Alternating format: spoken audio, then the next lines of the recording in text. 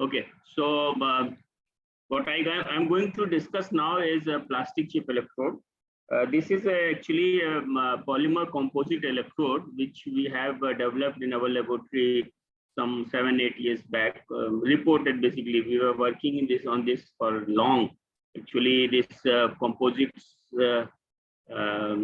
is my PhD problem. So maybe I'm working on this type of composite for last say 25-30 years. But then around 2014, we could get a very good conductivity in these composites. And then since then, in 2014, we patented that. And then since then, we have used this in several applications like electrochemical sensors and then electrometallurgy, and obviously this electrocatalysis for energy applications. And then we have given these electrodes to many other peer colleagues at various IITs and then PDPU and all. And they have also used Charuset here, and they have also used, and then they got a very good publication using these electrodes, including the ACS catalysis. So I'm going to discuss this electrode. I'll just discuss about that. What is this plastic chip electrode and what is its positioning in overall development of electrodes. And then I'll give you some examples of this electrode in energy research, since the theme of this workshop is energy. So I'm not including its application in various other like electrochemical sensors and electrometallurgy. So with this brief,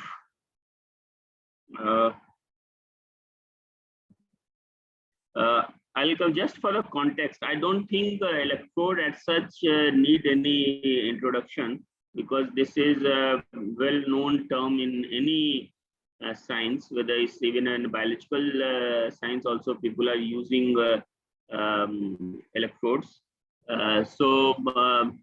But for the context, electrode, not necessarily a metallic one, is through which the charge enters or leaves a medium or a phase.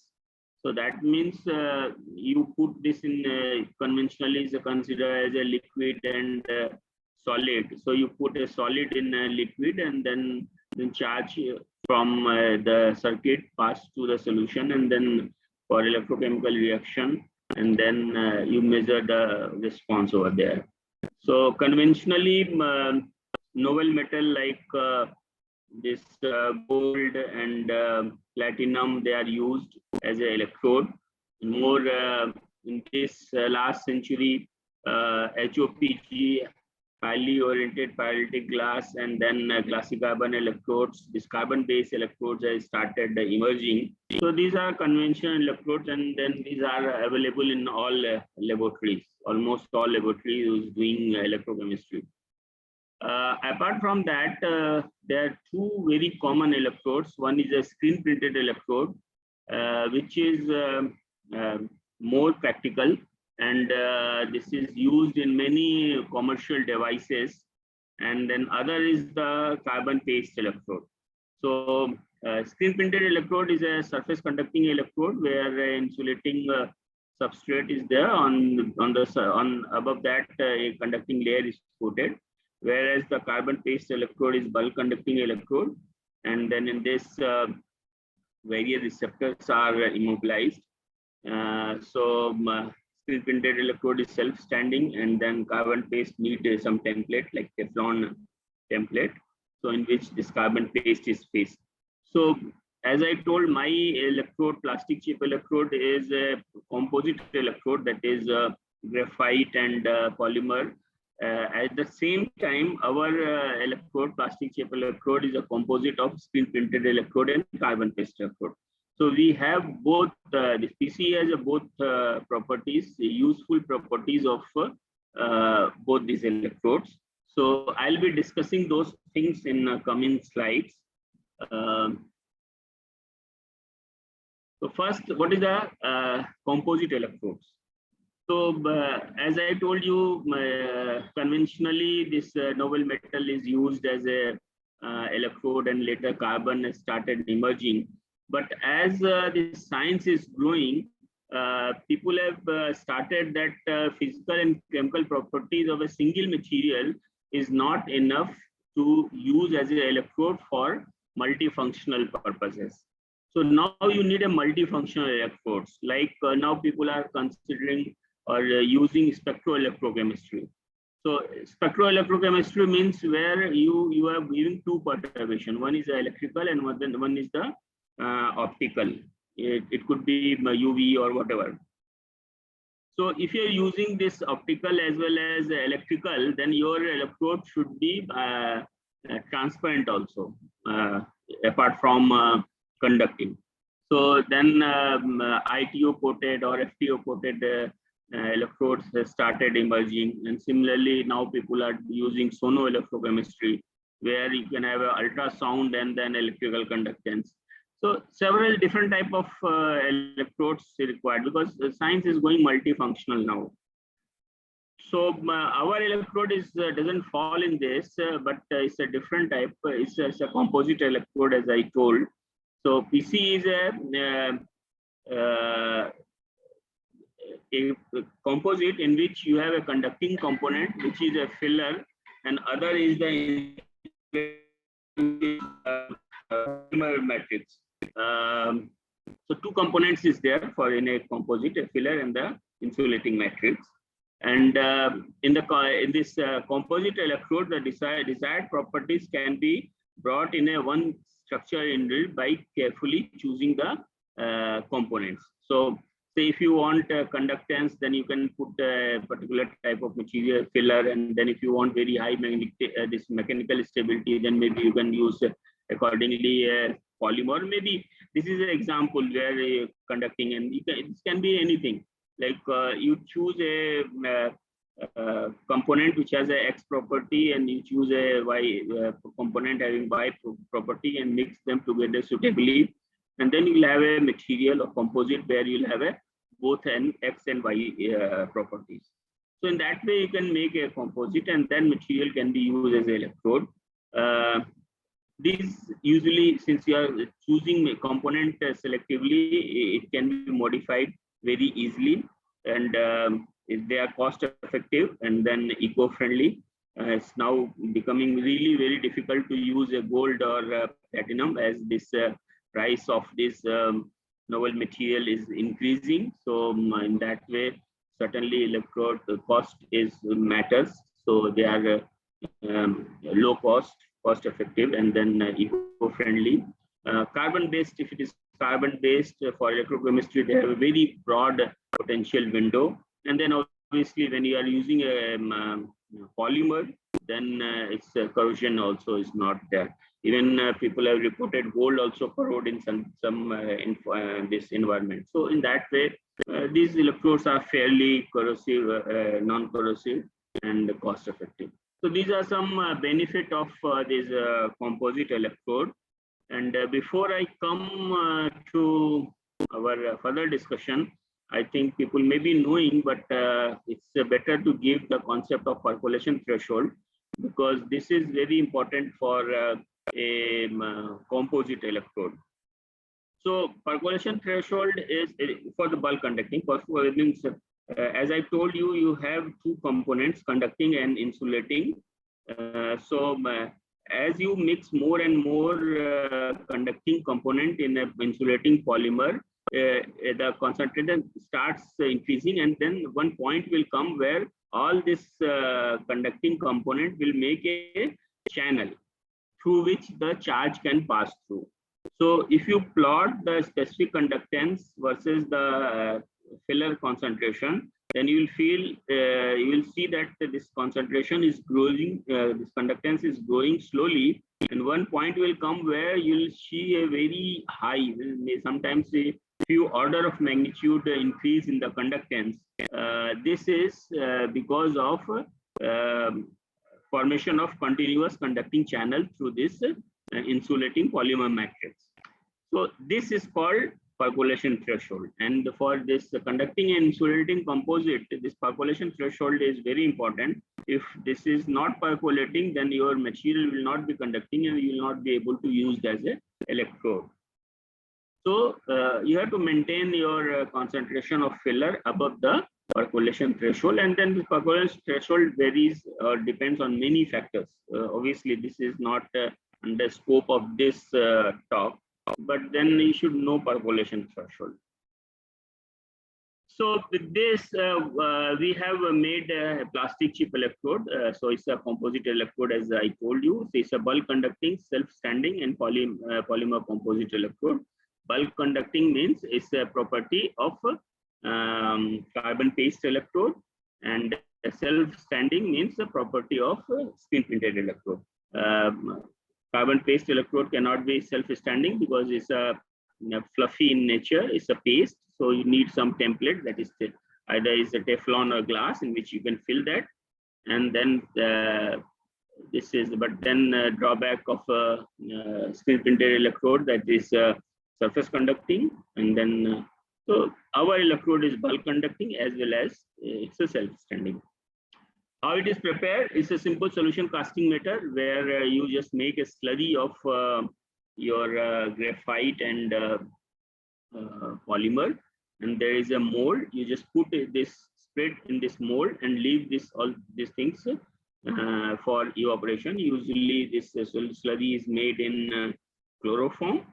So you spread it over there and then leave it for roughly overnight, and then this chloroform will evaporate, and then you'll get a sheet, and that sheet can be cut into pieces, and that can be used, or you can use even that bigger sheet also. So depending on what is your requirement, you can have a electrode. And typically when we cast this, the thickness of this electrode is around 450 micron, and length and width can be adjusted as per your requirement.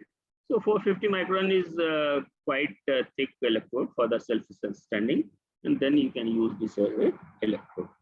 I'll just before coming, I'll just give a positioning of plastic chip electrode, and then only I think you can appreciate better about this electrode. So people who are not from this chemistry background or electrochemistry background, I'll just give a brief about that how these electrodes has grown, particularly electrodes for the electroanalytical chemistry. So electrochemistry in today's sense has started in 1922 with the polarography developed by the great Nobel laureate scientist Srivastava. Before this, all extent of Faradic reactions were monitored through Faraday law. That means electrode will be there. On that electrode, people will deposit some charge will pass or current will be passed, and then metal will be deposited. And after that, the difference pre-deposition and post-deposition is measured, and through that the extent of reactions were monitored before this Srivastava polarography. So he has first time correlated the current and the potential through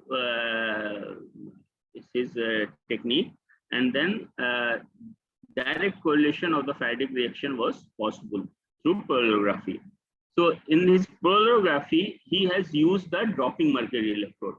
So you can say that dropping mercury electrode was the first electrode in electroanalytical chemistry where this mercury was used as a electrode. So this is mercury, a drop of mercury. So there was a capillary, and that top of that capillary there was a reservoir of mercury, and from there through this capillary drop was coming, mercury was coming and forming a drop, and then this connection was through this mercury, and this was growing, and then after some time it was getting full, and then this portion was using as a working electrode.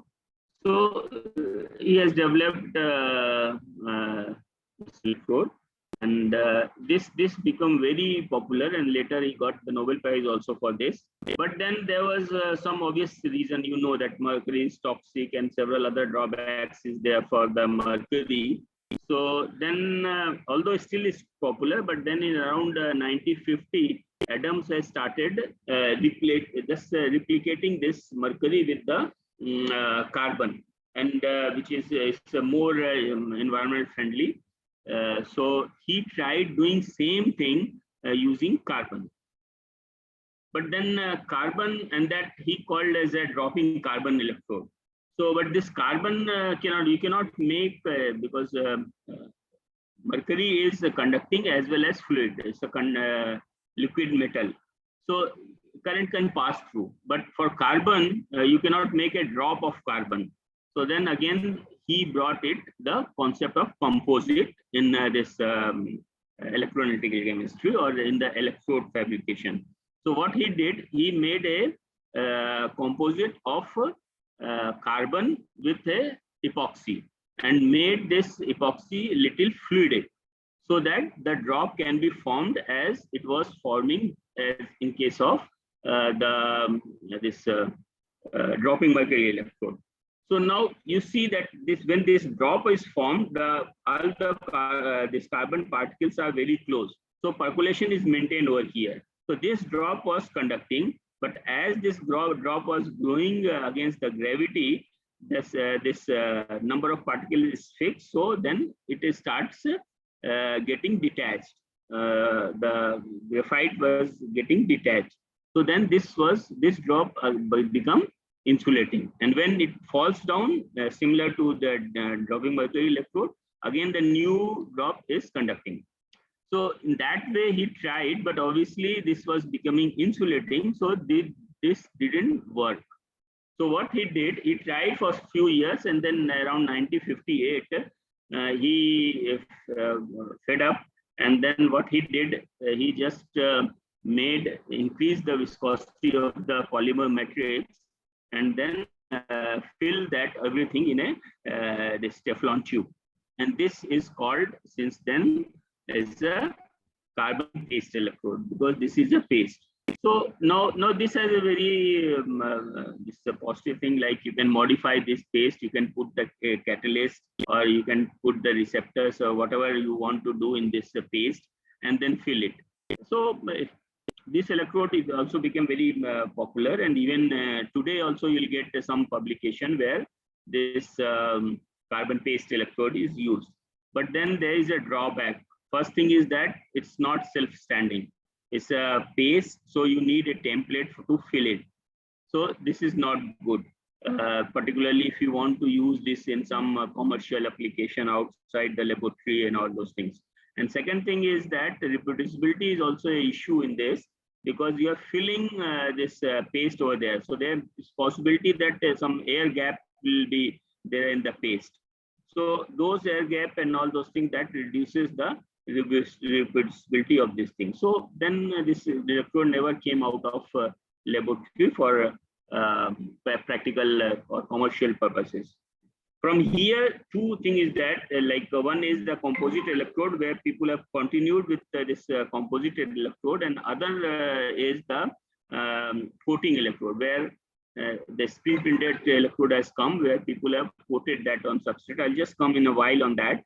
But in this composite electrode, around 1981, a composite called reticulate doping has come, where both filler and the polymer were dissolved in the same solvent and then put on a petri dish, very similar as we are doing.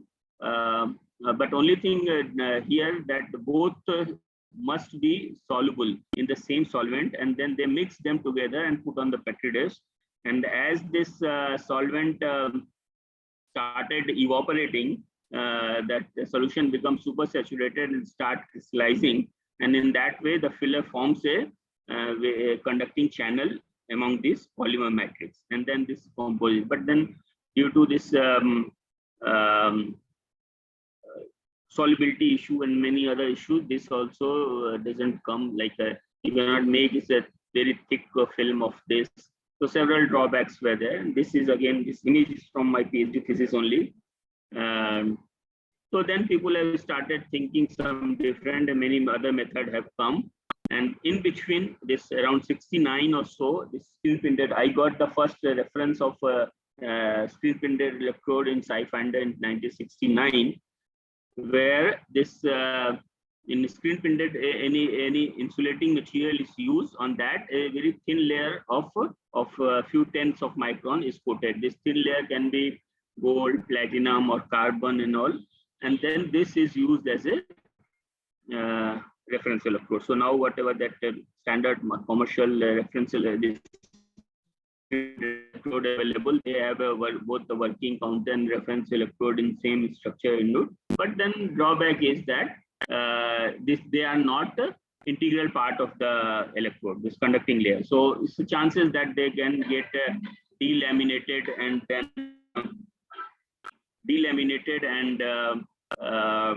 maybe due to some mechanical jerk or even due to aging. So these are some drawbacks.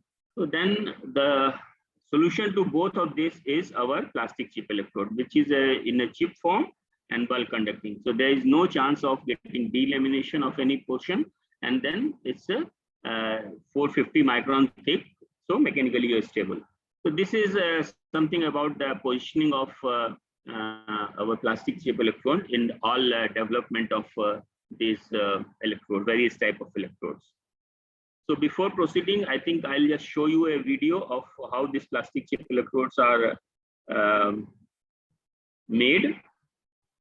So first you take the graphite and then polymer, that slurry, and then we make a solution of polymer solution in chloroform, and then mix in graphite, and then we mix it, and then you have to sonicate it for some time.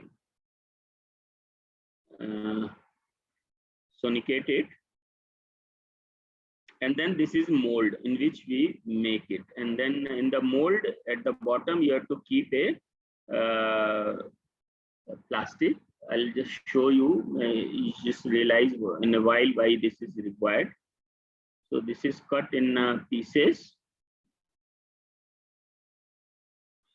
So this electrode was reported in 2014, and then Japanese and Great Britain patent is already granted, and then Indian patent is under evolution and then process. So you see that this sheet is cut of that required size, and then at the bottom we just put this sheet. The video a little forward. So this is placed. This is placed. This plastic is placed in this, and then whatever the slurry was made was put, and then this slurry is quite fluidic, and it uniformly you have to maintain the level of this mold, and then you suitably, and then you cover it with some paper and leave it for around overnight, and then next around 12 hours usually we do in night. So night we just put over there, and then through that paper, this plastic, we just pull it out, and then you can just cut from the, you can see how shining and then neat film is formed. And then this is your PC, and then whatever size, if you want to use as such, you can use this as such, or if you want to for regular general applications where you use the plastic carbon electrode, you can just cut it into pieces, and after this you can just remove the backside plastic which was there. So very easily you can just remove that, and now your electrode is ready. So that electrode can be used for any applications. So this is a photograph of this electrode.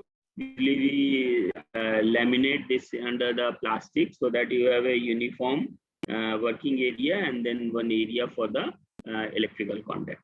So this is about the plastic chip electrode. Now I'll just come to some physicochemical characterization of this electrode. So this is surface view, SEM surface view, and then this is cross-sectional, SEM cross-sectional view.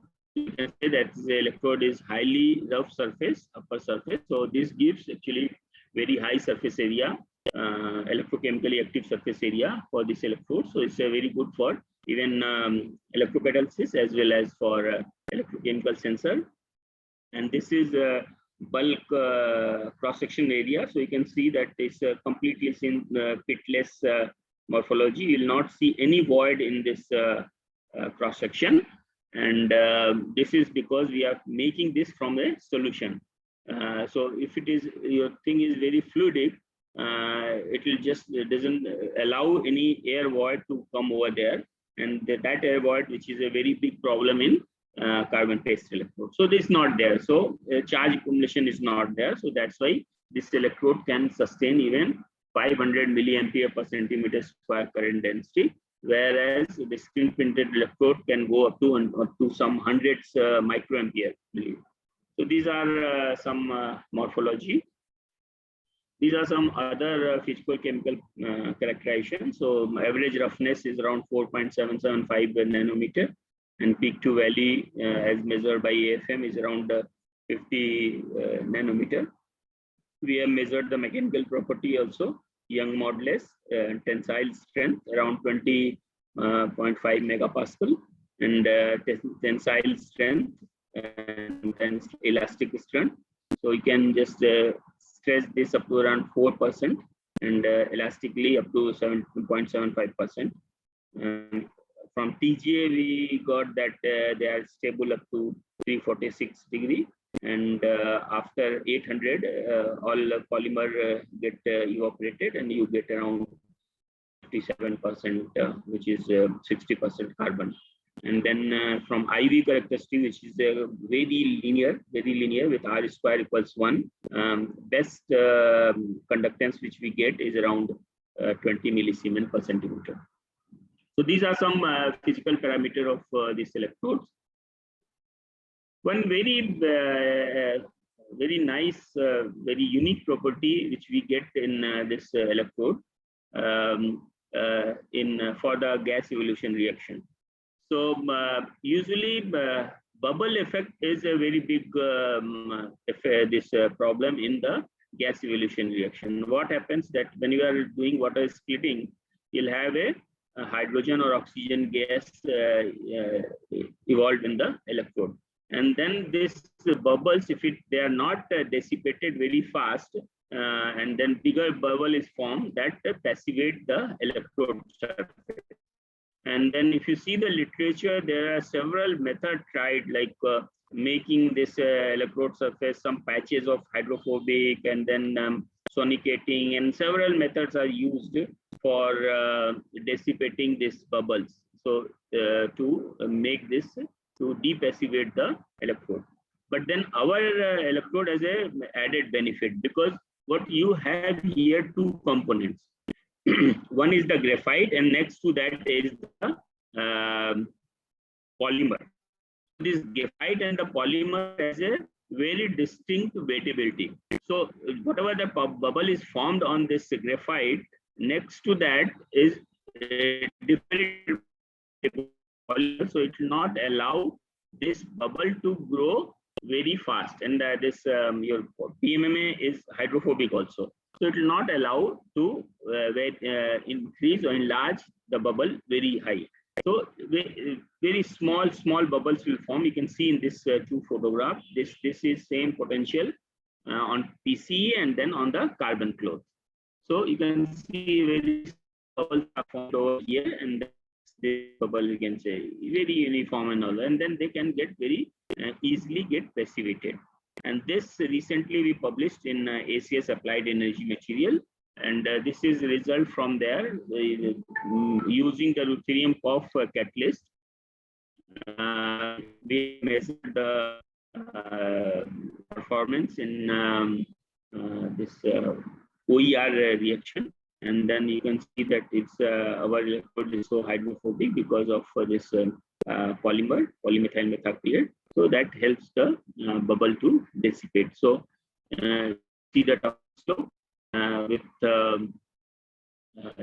classic electrode, whereas it's a 147. In our, these things are reduced to 47 millivolt per decade. And then this is gas chromatography, and then you can say that more hydrogen is formed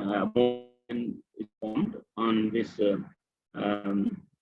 PCE. And then when we take the Faradic efficiency of these things, we calculate, then we can see that around 50% higher Faradic efficiency for OER in plastic chip electrode. So this is a added benefit of using this plastic chip electrode in gas evolution reaction, that is energy.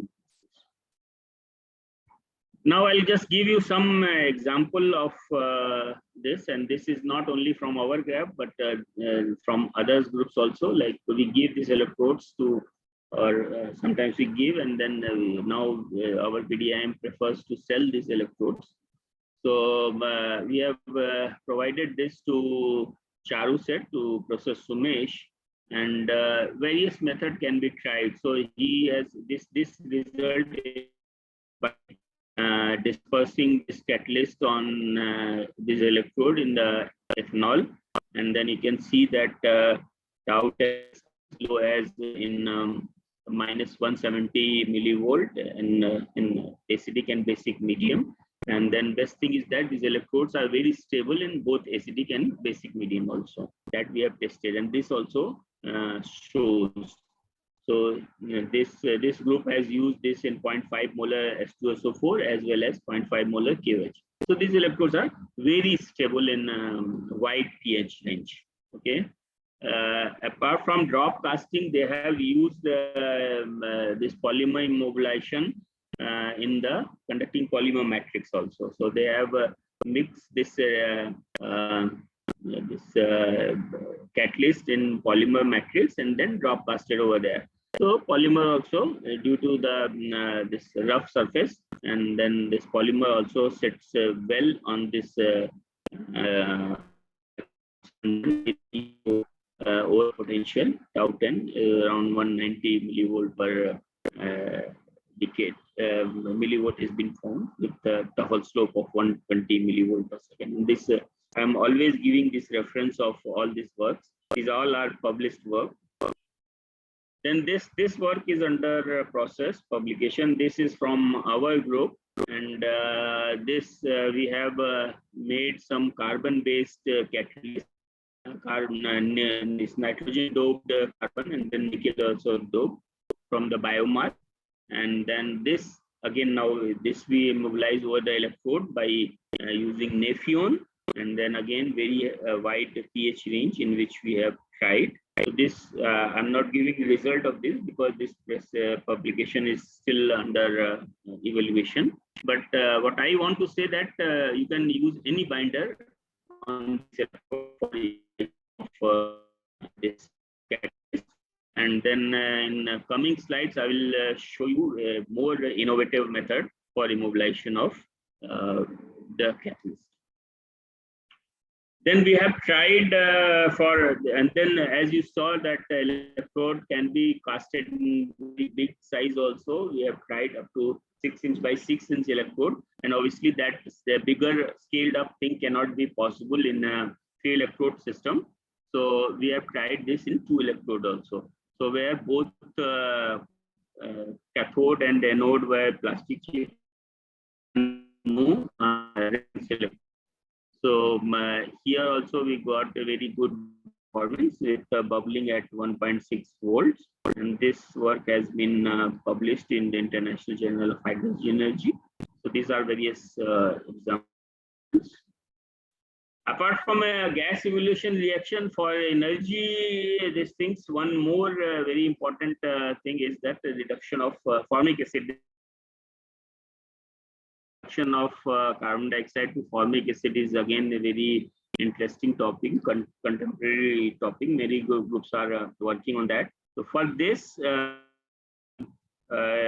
drop casting method as previous is used, where this catalyst is casted over this through drop, and then best thing is that you can even coat that, like electrochemical coating of lead. Lead is a very good catalyst for CO2 reduction to formic acid.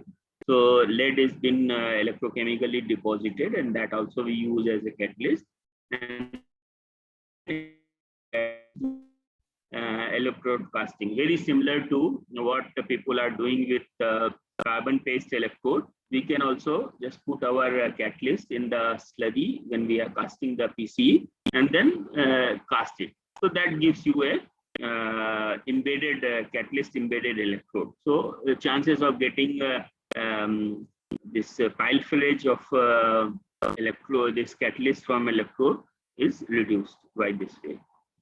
This is a photograph of lead deposited over this PCE used for the CO2 reduction. I think we should not go. And this is our experimental setup. This we are currently doing on the small around 30 ml cell. So where bicarbonate is used as a electrolyte, and then PC is working electrode. First you purge it with nitrogen for 30 minutes to remove all oxygen, and everything is in the closed cell. And then after that, carbon dioxide is purged for around 30 minutes before application of the allostatic as well as potentiostatic mode. And then potential is applied, various potential, and then this platinum foil and silver silicate is a duration up to 4 hours, and then whatever this formic acid is formed, that can be monitored through HPLC or NMR. So this is our experimental setup and some results. This is potentials. So you can see that it's increasing at 1.6. It's a high increase is probably due to water splitting, because if you are applying very high, medium is water aqueous.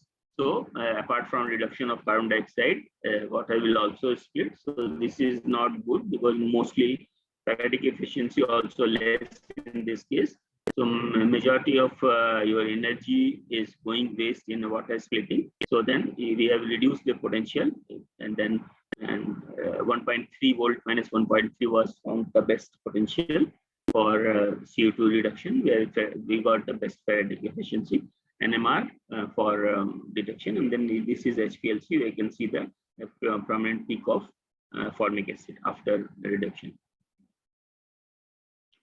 So this is a comparative table. So you can see that after 30 minutes, found very Faradic efficiency, around 82.5% Faradic efficiency for the formic acid. And then although this at minus 1.3 volt versus RHE, and then this keeps on going, this unfortunately, because till now what we are using is a single compartment cell. So whatever formic acid is forming, the other electrodes, counter electrode is also there in the same cell, same compartment. So then whatever formic acid is formed, that gets oxidized also. Probably this is the reason, because initially it gives a very high Faradic efficiency, but as time goes, it keeps on decreasing. So this is drawback. We are working on that, and then developing a better these things. And then it is possible with PC is only possible, probably, because you can make, if you want to make this in large scale, then it's possible, because we till now we have made a 6-inch by 6-inch electrode, and we have given this to many other people also. Professor Arnav Datta, he has used this for homogeneous catalysis in the bigger form, where in the 150 ml cell, and then in very wide pH range, 3 to 7, and then it was catalyst was in the solution, so homogeneous catalysis. And then these two works, they are published in ACS catalysis, both of them. These are some attempt to make this bigger size. So this is cell which we have made. It's again, as I told you, single compartment, that both electrodes are in the same compartment, and oxidation problem is there. Faradic efficiency is decreasing. So we have made a bigger cells. It's around 500 ml. Professor Datta has made to 150, but now we are going for 150 ml cell where this plastic chip electrode will be used again. And then this is we can see that from appearance, this is a little greenish. So here an iron doped carbon catalyst has been put immobilized together. Here also you can see the very uniform, very neat morphology you can see. And then this actually done in this slurry itself, we put the catalyst and then we just evaporated the solvent and then whatever we get over there. Okay. So that's it. I'll not go much. I think let us have some discussion. Around 15 minutes is left. So this is my group who has contributed all in this. And then the students in red, they have contributed in this work. And other people, they have used mostly for the electrochemical sensing and all the, and then electrometallurgy applications. But these three people have contributed for this electrocatalysis applications. And then I'm thankful to funding agency, our own parent department, CSIR, and then DST as well as the UGC for their financing at various levels. So that's it. Thank you. And now I think we can just have some discussion.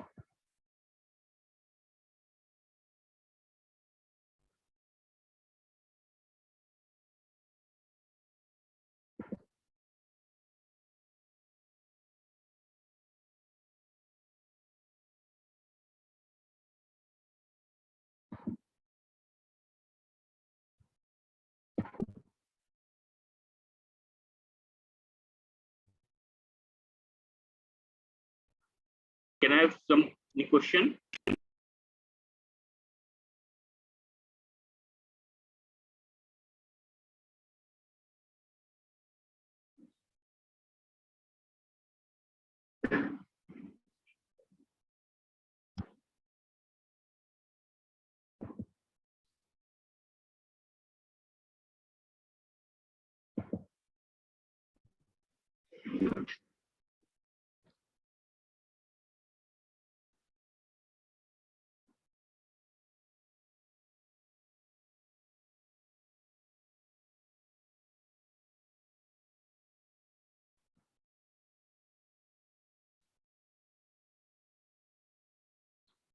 I don't know.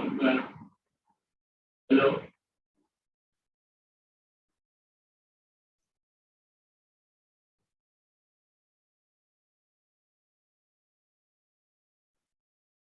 Hello.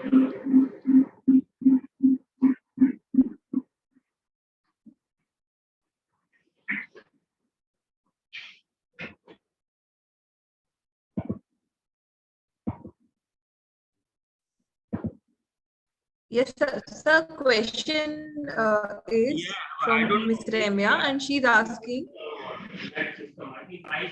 which catalyst is used normally in preparation?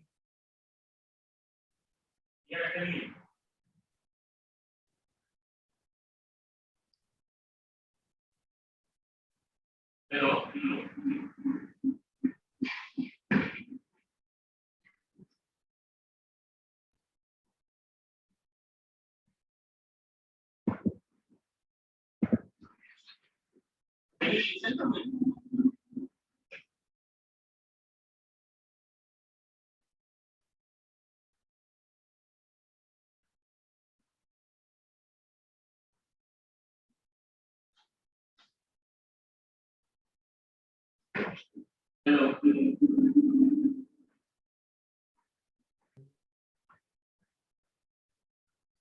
Hello, yes, sir.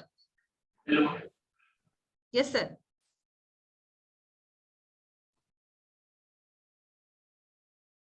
Yeah. Hello. Sir, we have a question in chat box. Could you please answer that, sir?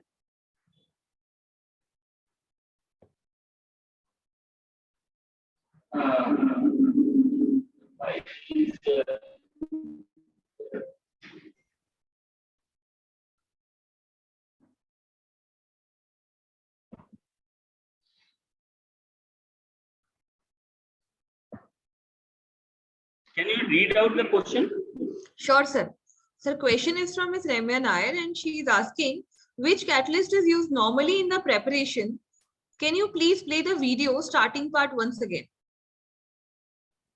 Which part? That electrode fabrication part?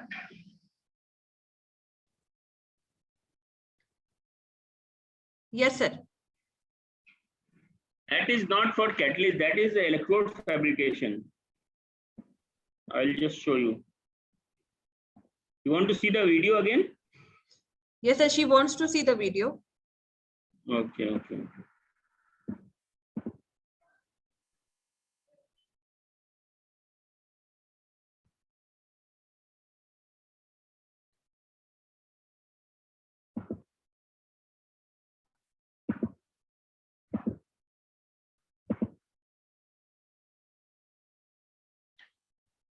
Can you see the slide now? Yes, the slide is visible, sir.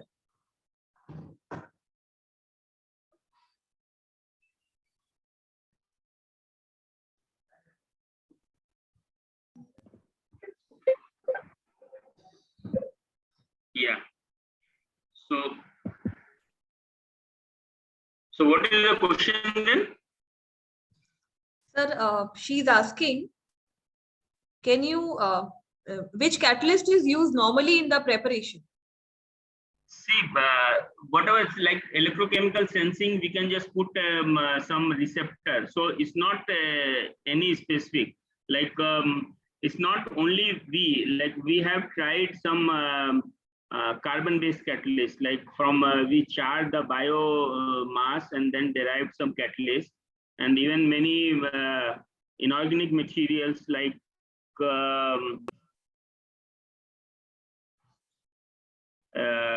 bimetallic, many things like that. Even we just quote the lead over there, tin over there. So various type of catalysts been tried.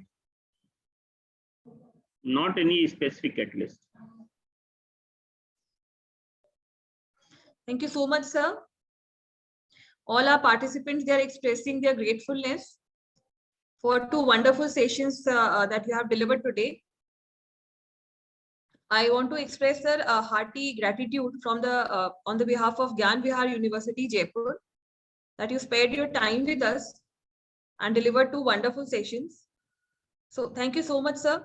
Thank you so much, participants, for joining. Now I declare end of this session 2. Thank you.